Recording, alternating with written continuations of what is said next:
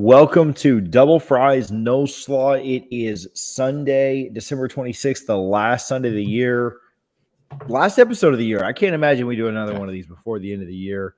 TJ Pinger, Richie Barnes. Richie, how was your Christmas? How you doing today? Good, man. I'm fighting a little bit of a coquito hangover, but we'll do all right without that. But yeah, I had a good Christmas, man. We didn't really do anything. I work at the hospital, and our new CEO started like 3 or 4 years ago. Started a tradition where they just have free lunch for anyone who wants, patients, visitors, staff in the cafeteria. They have different department leaders serve the food. So my wife and I went there for about an hour, then came home and kind of just relaxed. A really nice Christmas. Probably much different from yours with kids, TJ. Yeah, ours was pretty crazy. So my daughter got up at 1 a.m. So, I didn't really realize this, but like as kids get older, like they wake up in the middle of the night. And then if they're like, as long as nothing crazy is going on, they usually just like kind of roll back over and go to sleep. It's no big deal. Because we get alerts all the time from her, camera that said like unusual motion or something. And Christmas is different, huh? Christmas Eve is different. Or yeah, like the night of Christmas Eve, Christmas morning is different. So I thought, and we went to bed at like 12:30. Like we went to bed late on Christmas Eve because it was a busy day too. And,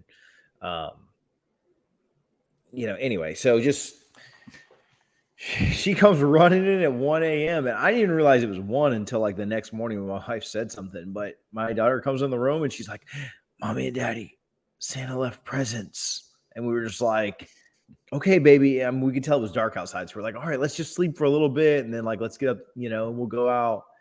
And so anyway, yeah, 1 a.m. So we got up at 7, did the whole presents thing, let the kids play around a little bit. I fried a turkey because my family requested it. And then we went to my mother-in-law's and hung out for a good part of the day, got home, watched a little NBA, had a little bourbon, and went to bed. So it was a busy day, but I will say once we're over, like the morning was busy. Once we're over at my mother-in-law's, like everybody just wants to play with the kids. Everybody just, I'm just crashed on the couch in the corner for a little bit. Yeah. I took a little Christmas Day nap. Those are always elite. So, no, but I'm with it. I saw you made a prime rib. Excellent. It looks great.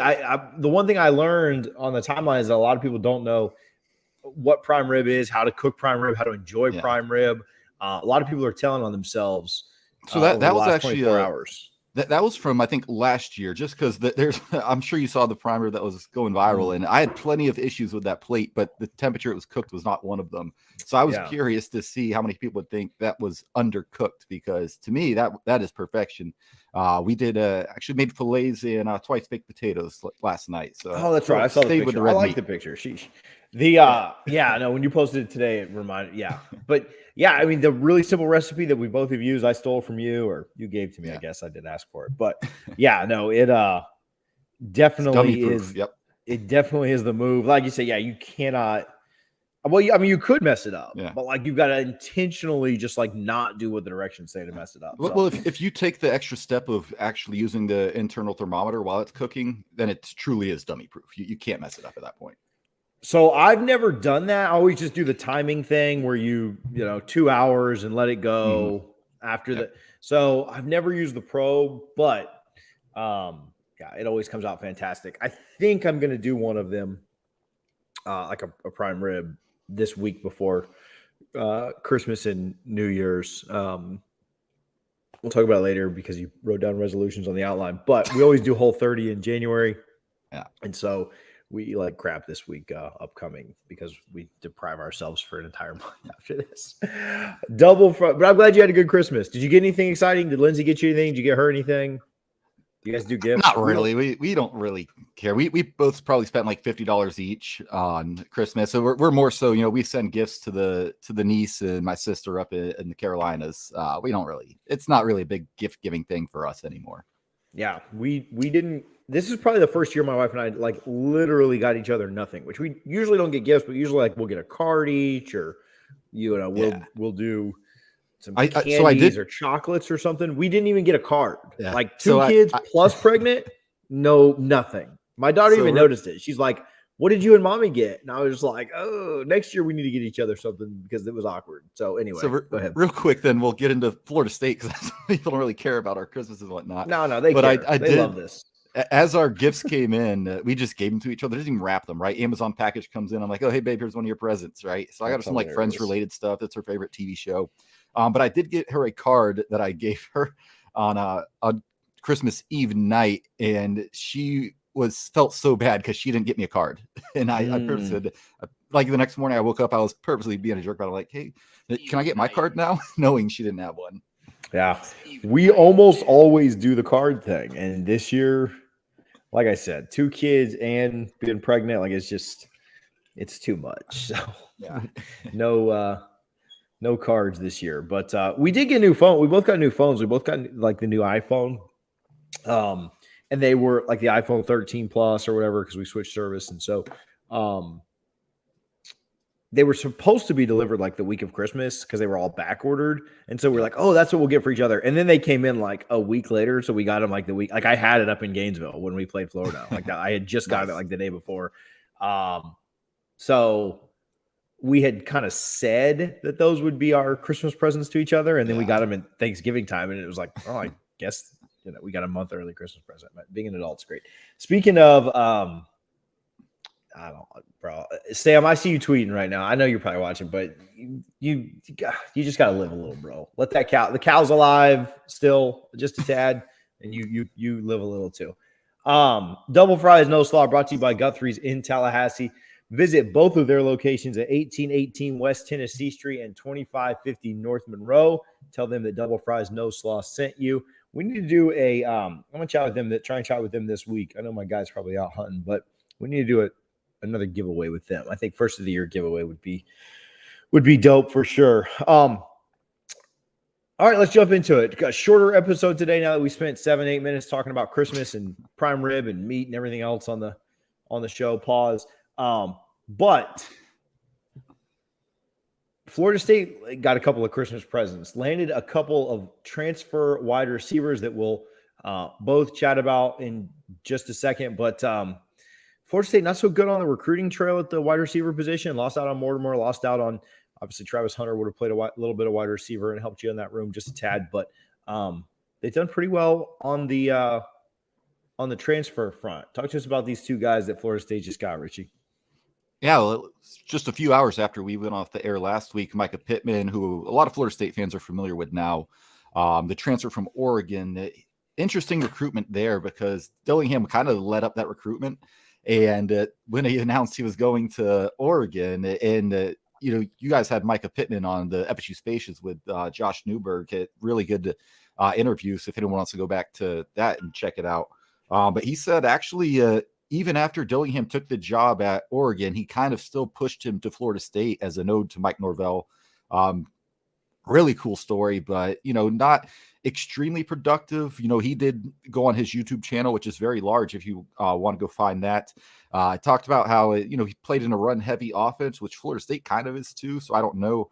But one thing he said in the Spaces to Josh that I loved, he was asking about, Josh asked Micah Pittman about returning punts.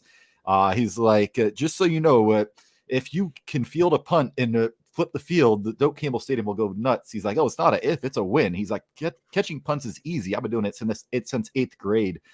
So that had to be music to Florida State fans' ears. Yeah, I think I have that. Real quick, I'll play that. I think that's good. Let's listen to it, and we'll keep rolling. Florida State needs playmakers. The fans have been, dying for that. And I'll tell you what, if you can get on the field as a punt and you can flip the field, you can make something happen, that you will get Doak on its feet. You will get that place exploded. Florida State fans they can't wait to have somebody back there that can make a play with the punt in the punt game. It won't be if I can. It's when I will, because Let's you know go. what I'm saying. So I'm not. It's really funny because I knock on wood or anything like that, but I don't see the difficulties in catching a punt. I don't understand what's so hard about it. I think I've repped it ever since I was a young kid, since 8th grade. So I mean, it's kind of like I don't know, like something you rep every single day. Like it just becomes a routine to you, So For me, it became very routine, and I have like the record at Eugene of catching as many punts as so you catch one punt and then you hold it in your arm. I caught 7 in a Mhm. row in my, so I was holding Oh, 7 you know, footballs. FSU has a circus on campus too. You might be able to try out for that. Yeah, I could do that. So pretty good stuff there with him. Like I said, if you want to hear that full interview, you can roll over to patreon.com/FSU Spaces. The interview is free on there. It's got his picture, so you'll be able to see all of that there and enjoy it. So anyway, all that said, excited to have Pittman. I know that is going to end up getting old takes exposed, though. Like, I'm just going to say that. Like, he's a muffle punt.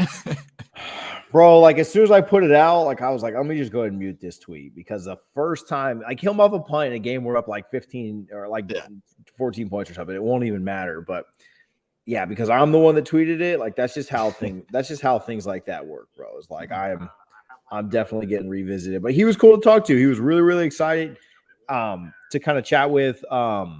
Like you mentioned, the big thing to me was Dilly still kind of pushing him to Florida State, which I thought was neat. I thought that, Dilly and Mike are obviously really, really close, and for him to kind of still push him to go that way, I thought that was big and really says a lot about their relationship and the kind of person that Kenny Dillingham is. So it's funny. Oregon fans seem to be getting a little annoyed with him because he's always posting pictures still in his 4th and 14 shirts, quoting Jordan Travis, Mackenzie Milton, hopping in y'all spaces every day. I love Dillingham. He's my favorite former assistant we've ever had. Yeah, no doubt. He's a ton of fun. So anyway, not the only pickup that Florida State got. They also picked up Johnny Wilson, a 6'6" or 6'7", depending on where you're looking, what you're reading. Wide receiver out of Arizona State. Has 3 years of eligibility left. Had some good production in 4 games before going out and being injured. Thoughts on people have been calling him Baby Kelvin Benjamin, which I'm okay with nice. that. Be pretty cool if that was really the case. So we'll see. But another big wide receiver that can go up and win one-on-one battles. And again, Florida State really, really struggled at the wide receiver position in the high school ranks, but went out and got guys that, we talked about. I mean, Josh talked about this Friday on the Spaces. I don't know if you were in there or not, but how, when you're going for high school guys, a lot of times those are developmental. I don't want to say projects, but they're not going to make immediate impacts. 2 guys here that should make pretty immediate impacts for Florida State. And so big to get those guys on the outside and kind of have them ready to go. Obviously, Micah as well in the return game, but we can't hate on what Florida State's doing in the transfer portal at wide receiver right now. Yeah, and like you said, he's a big dude, 6'6", 6'7", 230, almost like a tight end size. I'm not going to pretend I went back and watched a bunch of his film, but it's definitely getting a big body receiver on the outside like that. That's exciting. And, the transfer portal's really changed everything because you can't even really properly rank a recruiting class until like next summer when you have all the transfers in and you can say, okay, did we meet all the needs we need? Because you think about, Dylan Gibbons, we didn't get him till after spring when he chose to leave Notre Dame last year after going through spring practice there. But yeah, the whiffs on a receiver at the high school ranks, but, 2, hopeful, promising talents coming in. And, the portal changes things also. And, 5 years ago, TJ, we would have took a flyer on, a 2-star, 3-star receiver from South Florida that, may had great issues, whatever it may be, just because it's kind of like vacation days. If you don't use those scholarships, you're not going to, you can't pocket those for next year. Might as well use them on somebody. Yeah. So now you're seeing coaches, hold off on those, more unknown high school players and going, okay, this guy at least has college tape at a Power 5 school. We can work with him, because otherwise these guys play at really small high schools, really small divisions. It's really tough to try and evaluate that. Yeah. And so, we've talked about that. Josh has talked about like where he sees that the transfer portal making the biggest impact. And it probably is with your lower guys, your guys that need you to take a flyer on them, your 3-star guys or your lower 3-star, certainly guys like that. Because if you're a college football team, are you taking a guy that's a project and might be ready in 3 years? Or are you taking a guy that can kind of make an immediate impact like right away? And most of the time you're going to want somebody that can make an immediate impact right away. The transfers count the same. There's not a salary cap, right? So yeah, and this year's extra unique because they can bring in like 32 players between high school and transfers. So I don't think they're going to find another 14 transfers or whatever it may be, but that they have that opportunity or that option should they choose it. Yeah, no, absolutely. Florida State not done at transfer wide receiver. We'll talk about some other positions that we will get down to here in just a minute. But Florida State also pursuing Illinois wide receiver transfer Deuce Spann. Doesn't sound like there's any kind of visit plan just yet, but is committing in the next 2 to 3 weeks. Florida State is going to have a pretty big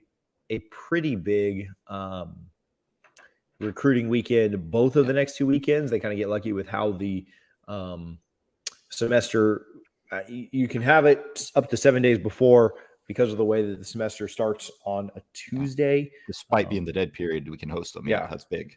Pretty cool to have some big weekends. So obviously we do the spaces with Josh. So check out Noles 247 for a more in-depth recruiting kind of analysis of who will be on campus and who will be around for that. But that Deuce Spann, man, I didn't go back and watch a video either, but I mean, there were just some timeline clips kind of popping around, and there's some pretty, nobody's going to post like the bad videos and be like, we're going to this transfer. Here's where he muffed 6 punts, or not that he did, or dropped this or did this, but pretty good stuff going around.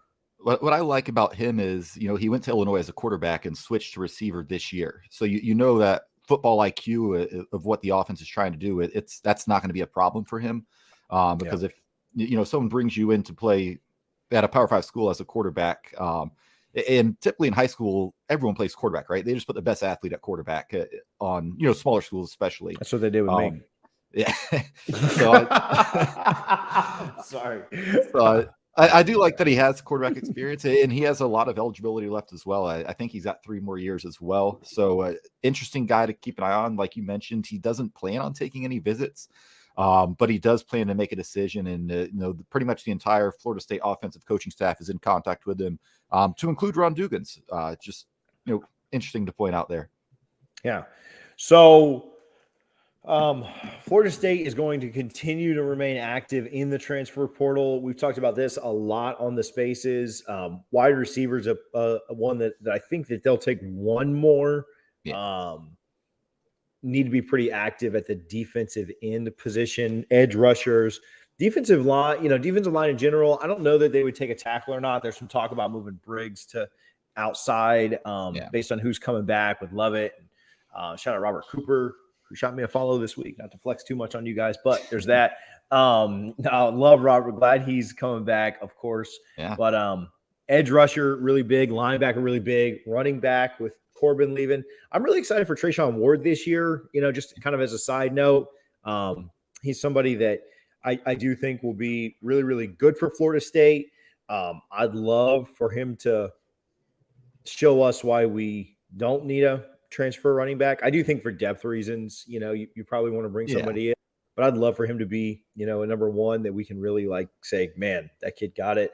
So excited for Treyshawn Ward. And then maybe I'm running through all of them. So if you have any points on any of these positions, we can go back and talk about them. Well, also Toafili. I think with Ward and Toafili, you really have something there. But like you said, running back, I mean, the odds that both of those guys stay healthy the entire year, like, James Wilder and Carlos Williams or Delonte Freeman, did in 2013, it's just not likely. So you're going to need that depth. But I do think they like what they have in Ward and Toafili, and I do as well.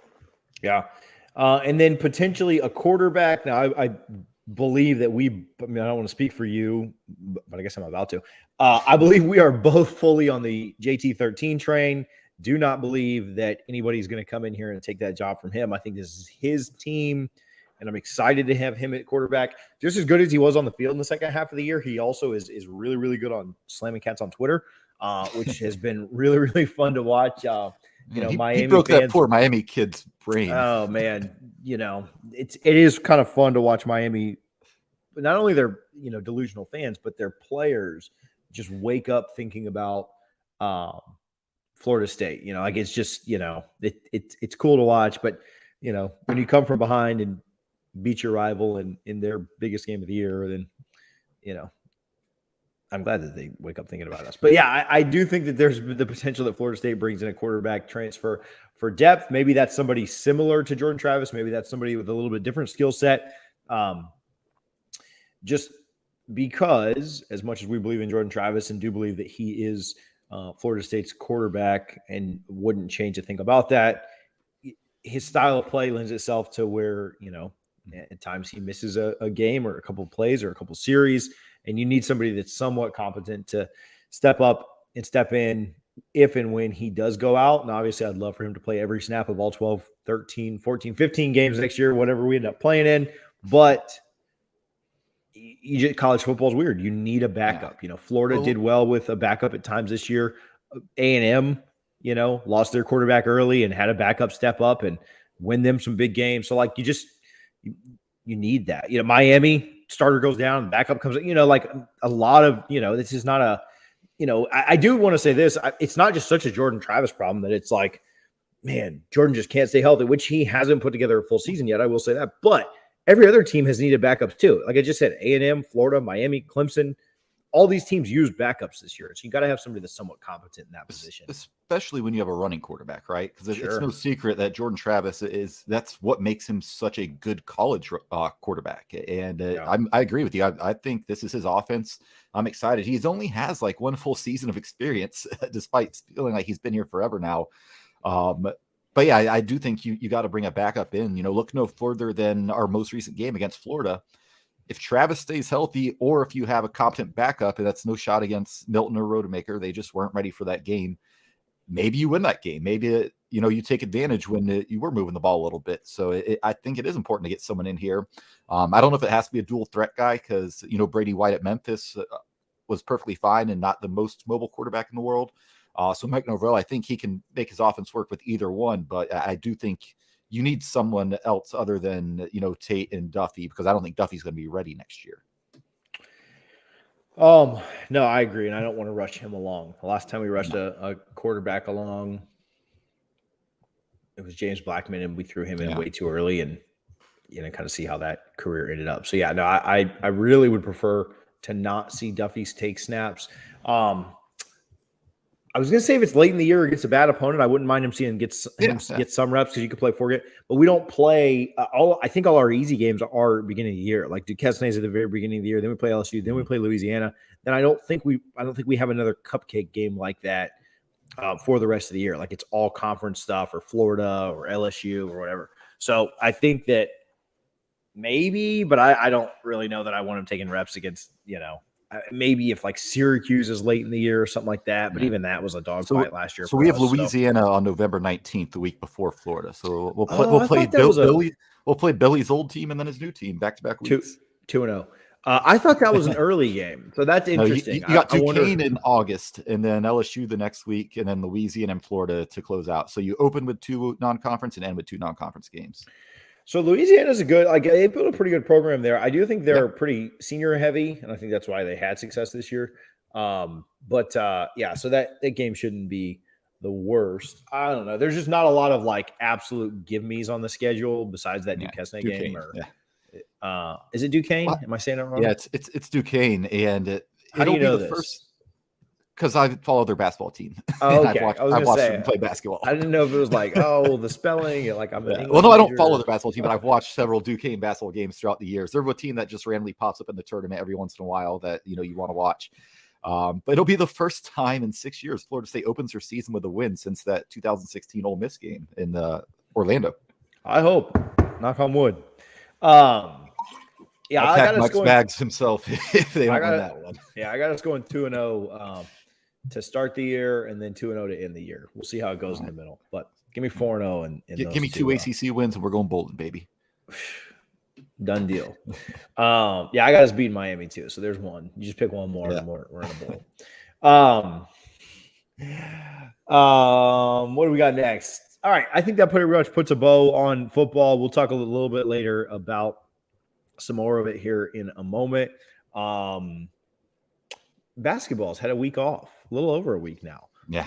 But they start ACC play on Wednesday against Boston College. Then they have at NC State on Saturday, at Wake the next week. What, excited for basketball to be back over this COVID stuff, or man, this is going to be a rough basketball season. I think we're going to see a lot of games canceled or postponed.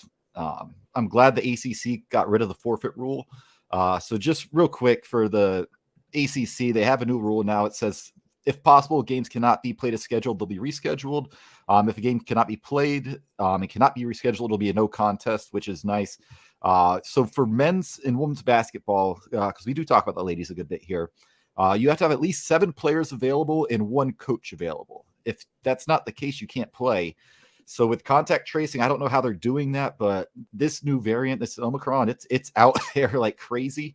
Thankfully, people aren't getting as sick, but it's impacted a lot of. We're not still contact tracing NBA, vaccinated NFL. people, are we? I think when you get a positive test, I'm not sure. I'd like to get more info on that, because the number of college games, not just college, NFL games being moved, NBA games being moved around, like it's. I think it's going to be a weird basketball season, very similar to last year. The only difference is we'll have full arenas, which will be nice. Yeah, I mean, I will say the NFL, didn't they come out and amend their policy? And they were just like, yeah, we're not losing money over this. Yeah. And that's the thing. Like, I don't know. I don't want to make it so political, but yeah, we're not to contact trace and then make kids sit out that are vaccinated and healthy and non-symptomatic. I mean, leave it to the NBA. Yeah. I mean, political or not, for the NFL to say, no, we're good. For the NCAA to just, do the opposite, it just doesn't really shock anyone that the NCAA would be stupid. I think the NFL is the perfect example of let's put a policy in place for optics until it starts hurting the bottom line. And then, okay, let's switch things up a little bit here. But yeah, it's, 3 really winnable games for Florida State if they all get played. Wake Forest is actually 11-1 right now, but they haven't really played anybody. I don't think they've played a single ranked team yet. BC and NC State are both kind of what Florida State is, not really, taking care of business in games they should. But, Florida State, that there's varying opinions. Is this team a tournament team? Is it an NIT team, or are they just going to miss the postseason? I just hope these games get played so we can see, because I do think there's, a good core of talent on this team, and I will never doubt Coach Hamilton. Yeah, no, I agree. And I do think that the choppiness and I'm not looking forward to much of it at all. I think it's kind of crazy. Yeah, so just get me to the tournament, and if we get in, great. If not, I'll fill out my bracket and go from there. And pray we have a normal season next year. If we don't get in the tournament, bro, it's going to be time to lie anyway for football season. So whatever, I'll transition my basketball lies into football lies. So excited to see the basketball team get back at it. Both basketball teams get back at it for sure. Yeah, they're both paused. Spring sports coming right around the corner with tennis and beach volleyball and all those other things that we really enjoy watching and cheering along, and baseball, softball and baseball, all sorts of good stuff. Yeah, those won't be too far down the road. Bowl season's taking a hit right now too. I talked about this last year. And I said, like, oh, maybe 2020 is just making it really bad this year and it'll be better next year.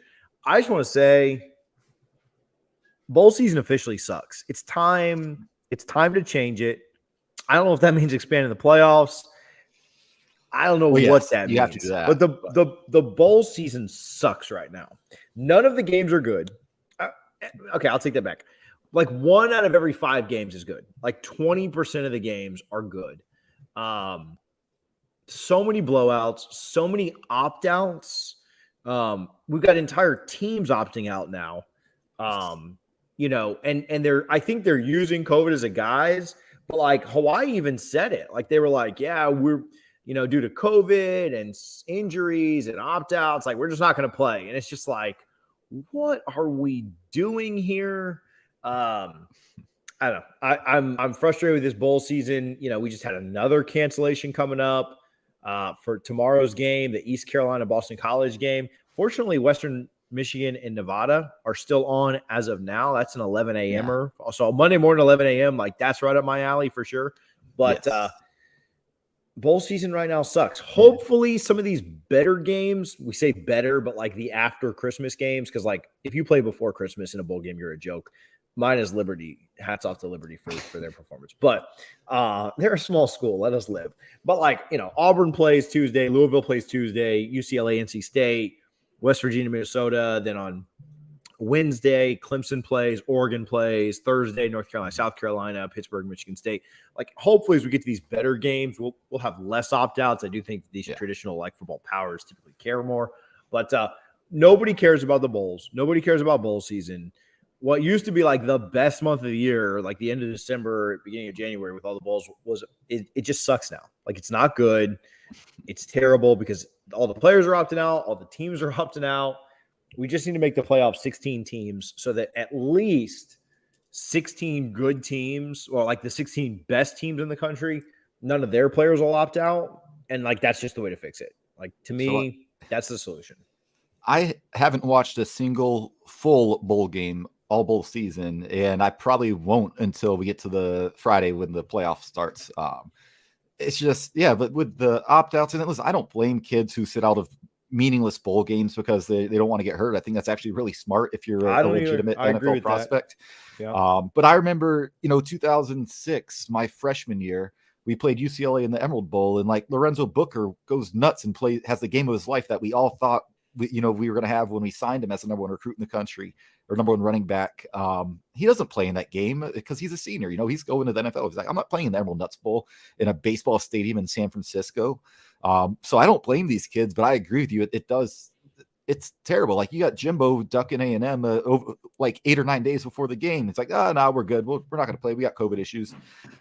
It's just, it's not enjoyable because what I love most about bowl season growing up, especially as I got, older into my teens, early 20s, was seeing these, players that came to Florida State as freshmen. You follow them their whole career. And then they, the bowl game is kind of like they're, riding off in the sunset. And players used to love that. Seniors used to treat bowl games, no matter what it was, as extremely important because, hey, this is my last time I'm going to wear this garnet and gold and put the spear on my head. And it's just not exciting anymore. I like you said, you got to expand the playoffs, 12 minimum, maybe 16 teams, because then those games actually, you're not going to have players opting out in a playoff game, right? If they have a chance to win a national title, even if they're the 16 seed, and everyone knows they don't have a chance, much like I don't think anyone sees Cincinnati giving Alabama much trouble, you'd at least have these players playing. So you've heard the suggestions like have bowl games before the season as exhibitions that don't count against your record or something. Yeah. And I know these are massive sweeping changes that will not take place, but something's got to happen. Yeah, I mean, I could see them bumping the playoff up a couple of times to get it up there, but yeah, I just think that if you bumped it up to 12 or 16, I wouldn't necessarily put 16 against one. Maybe you have a couple of buys where 16 like plays. Playoffs. Yeah, I give the top 4 teams a bye and make 16 play 5, and then 6 plays 15, and so on from there. And you that'd have be fun. to have at least the first round at college stadiums. That'd be fun. Yeah. So like, who would be the 5th seed this year? Who was number 5? Was it A&M? No, they went 8-4. Yeah. Yeah. That's tough.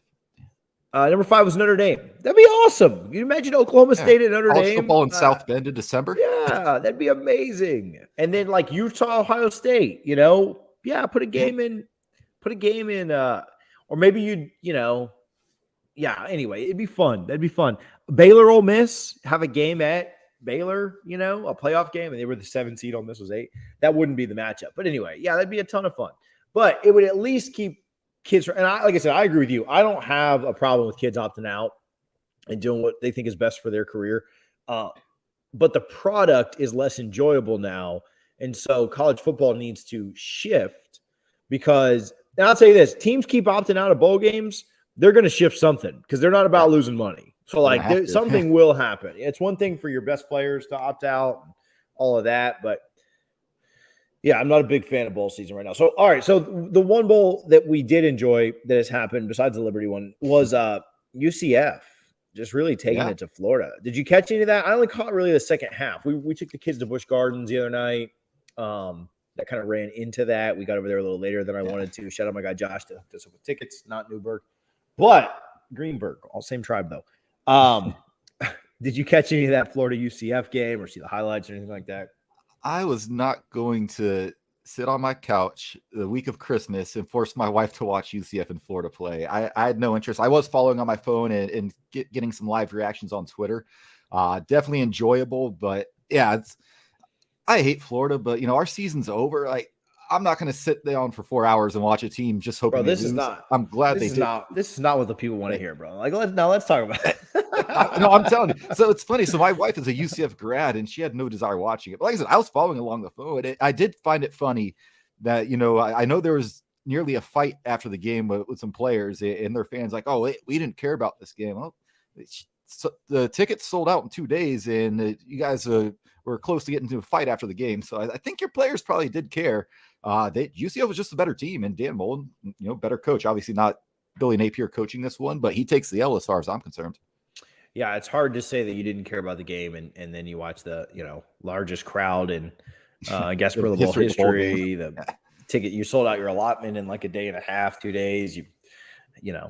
Players are throwing punches in the game, getting ejected, and fighting after the game, and taking to Twitter and everything else. And so it's hard, And if they'd have won, I mean, the whole state champs and little brother, and this is why UCF doesn't matter, and you'll never be in the Big Three, and all this, like all that stuff would have flowed. To me, that's the best part. They cannot claim state champs now. Yeah. that's why I was big part. UCF. That is the best part. Because we blew it, but at least UCF did us a solid there. So congratulations to UCF on your state championship, beating USF and Florida in the same year. You guys deserve it. By transitive property, and then Florida beat us, so they're ahead of us, and then we beat Miami. So Miami's last. Miami, UCF, Florida State, USF, Miami last. So I'm good with that. But it does make you feel better about next year, because that roster for Florida that played in the bowl game is largely what they're bringing back. Plus, they're bringing in the 51st ranked recruiting class. So things may look up next year in Doak Campbell Stadium Thanksgiving weekend. No, we're not losing to them, bro. We only lost them because Travis was hurt a couple of drives. They're not good. Like, no, I mean, they were 3 points better than us. Don't get me wrong. I mean, great job. You barely beat a 5-7 team at your own place. Like, they're not beating us in Doak next year. Like, they're not good. They're terrible in the trenches. Not that we're great, but our offensive line continues to improve.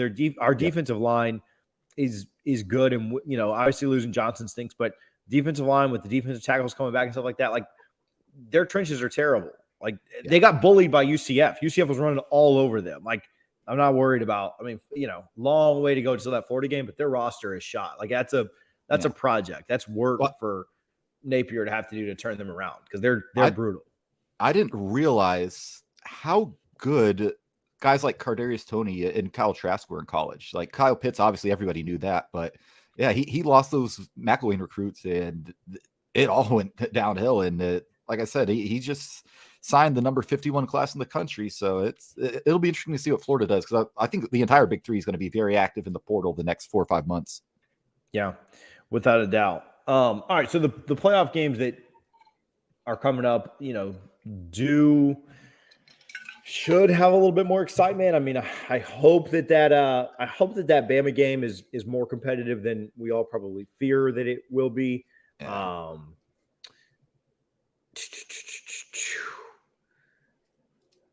What are your thoughts on the playoff this year? And then you also wrote in here, yes or no on the semifinals on New Year's Eve. What are your thoughts around that?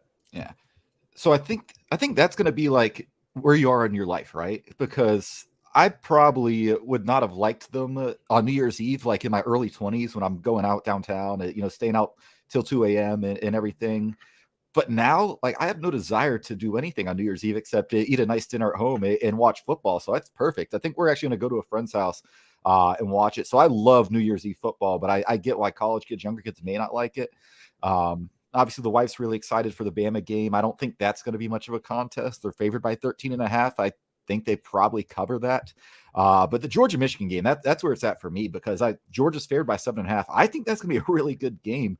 Michigan's every bit as physical as Georgia is. Now, they may not have the horses that Georgia has, man for man, but they're a physical team. And just ask Ohio State that they're going to be competitive. And I think that's going to be a great game.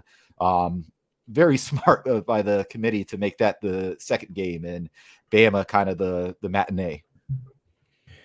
Yeah, I agree. I like that being the earlier game. And then I'm not going out on New Year's Eve, but then if you do want to go out and you don't have people over, the blowout being the night game is the way. I can remember going out a couple of times and it being like the Michigan State versus Bama game. And you look up and it's like nothing. You're like, oh, like I didn't miss anything here. So, I will say I wouldn't have minded if it was the other way too, because I'll be home. So watching the game after the kids go to bed would have been nice, but whatever. I'm excited for it. Yeah, that Michigan-Georgia game, I mean, that's going to be a ton of fun. I do think that that's one that we will really, really enjoy and look back and say, man, this was a great game. I do think Georgia pulls it out. Like I've got Georgia winning that game. I don't know that I have Georgia upsetting Alabama. I really need to see them play better. I did talk with Allie about this. I didn't think Georgia, the difference in that game against Alabama was just turnovers. Like they still had 450 yards on Alabama, and they got down inside of I believe. Okay, so let's just look back at it. Let's look back at that Alabama-Georgia game, the week of the 13th, no, week 14. That game, it was a 7-point game at half. And then Alabama scored to start the second half to make it a 2-score game. And then Georgia drove the ball 56 yards down inside of the red zone and threw an interception. And I'm not saying like, oh, if not for the interception, but yeah, like they drove the ball on Alabama pretty much at will and then threw a pick. Force a 3-and-out, drive the ball 54 yards again into Alabama's red zone and turnover on downs. If not for driving the ball, they drove the ball down in the red zone 2 times. If they'd just really just kicked field goals there, it'd have been an 8-point game, and they'd have been right back in it. Their defense forces another punt, and they throw a pick 6, And so Alabama stepped up and made the plays when they needed to. I'm not saying Georgia gave it away or anything like that, but outside of a couple of big plays, 2 4th-down stops, a pick 6, when the plays needed to be made, the better team made them, and that was Alabama that night. I think Georgia was in that game a little more than the 17-point lead dictates. They still went up for 450 yards on them. If not for a pick 6, you're talking about a 10-point game late. I do think that rematch, if it happens, will be a good game. I'm not saying that Georgia wins it, but I think that game, the final score is a little bit misleading. Now Alabama won. I'm not saying like they were a play away or anything like that, but. Yeah, maybe next week or the week after, we can bring like Andy Staples or Barrett on here and just talk national championship, because I do think the national championship game is going to be good. If Michigan pulls the upset, I'm not sure I like them that much against Bama. I think Georgia's definitely the team built to beat Bama.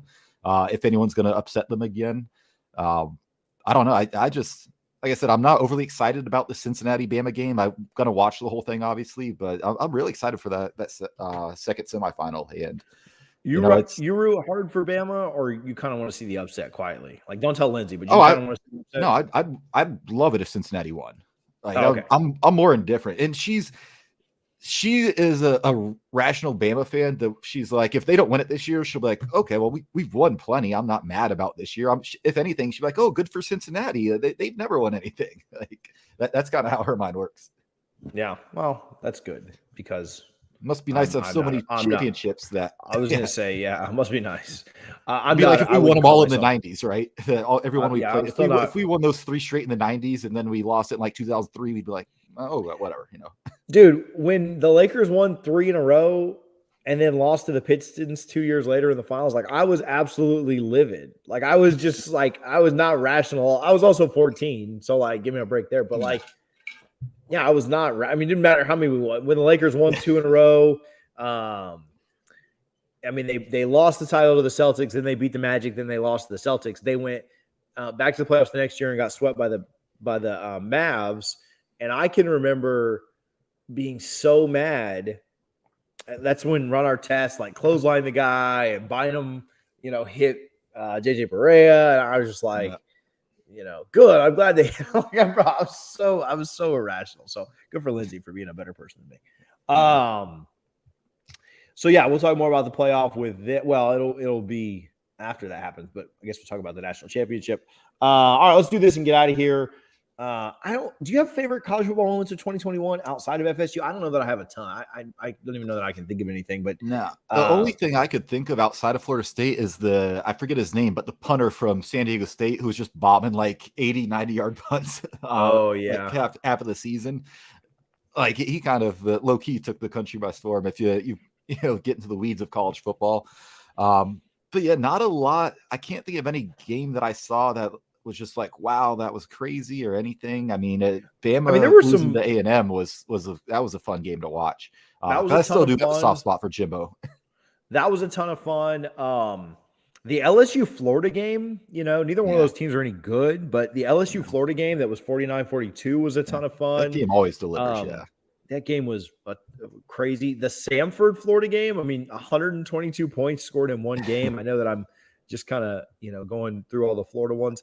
I did enjoy Georgia Miami game, losing multiple games on the last second field goals or missed field goals. Like 3 weeks in a row. Yeah, that was pretty crazy. Moment of the year for FSU. I guess I'll do a football and a non-football. Beating Miami was certainly number one. I'll also say like that Notre Dame game. I know it didn't go our way at the end, but when you really think about it, that Notre Dame game was fantastic. And I'll say my favorite play of the year was Jermaine Johnson's strip sack against Clemson and recovery and touchdown. Yeah. Like I was more hyped on that play than I was up running around my pool deck. We had people over. I literally was like, he just won us this game. Obviously, 2 minutes, fast forward 2 minutes, but that to me, that was the most excited that I was all year. The 4th and 14th were pretty close, but yeah. Well, 4th and 14 is going to be, here's the thing. It's because it was against Miami, right? If that was against the result, NC State, and the result went our way. Yeah. If Jordan would have fumbled the next play on the 1 yard line, then we wouldn't say that play. But if you just really look at that one play by itself, that strip sack against Clemson to take the lead was, to me, that was the best play of the year.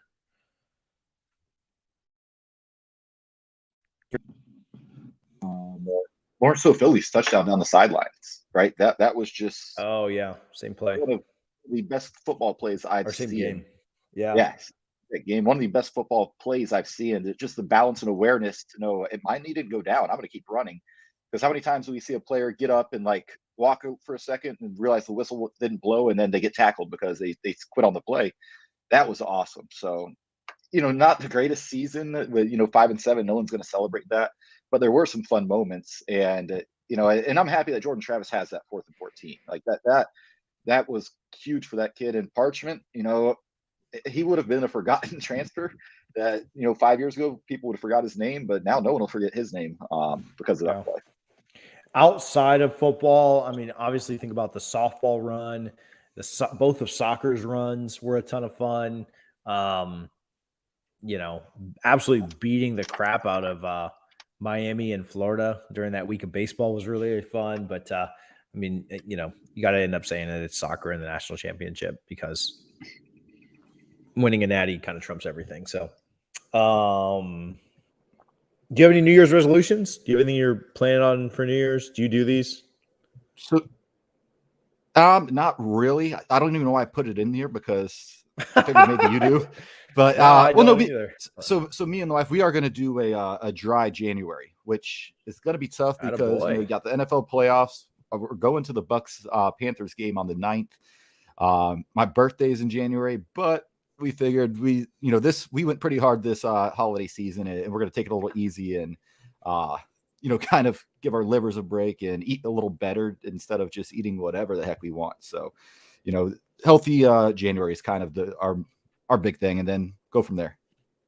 Yeah, we do something similar. We do Whole30 every January. We've done it for years and years, and so it will happen again this January. Although you're not allowed to drink on Whole30, I am allowed to do bourbon on a budget. I can just have it during the episodes. Not allowed to keep drinking the rest of the night or anything. But if we do a review or a sample, I'm not taking the whole month off of doing the podcast. So. Anyway, all right. Any shout outs before we get out here? Last shout outs of the year. Shout outs, last shout outs of the year. Yeah, shout out my wife. Actually, today is 7 years from our first date. So shout out her, and yeah, I can't believe it's been 7 years. That's wild. How about you? Shout out. Yeah, just shout out my family, wife and kids. We had a great holiday season. We had a great Christmas. We really enjoyed chilling and hanging out. And my parents are coming over today, and we get to do it all over again. So shout out my family. I don't think I have anything else besides that, though. Shout out the fam and go Noles. It's a good one. Good way to end it. We'll be back next year. It's that time of year where, corny white dads can make that joke. See you next year. But stay tuned. Everything we've got some. I will say this: we do have some exciting stuff coming up. We're going to add a few members to the team, Yes. all kind of off-air production, but will really help this thing move forward, and we're excited for them. And so we'll make an announcement in the next few days, or maybe just next Sunday or next Saturday, right? On the 1st. But enjoy the last few days of 2021, and we will see you guys in 2022, where we've got a lot of exciting things planned. Thanks for hanging out with us again this year, and we will see you next time. Go Noles.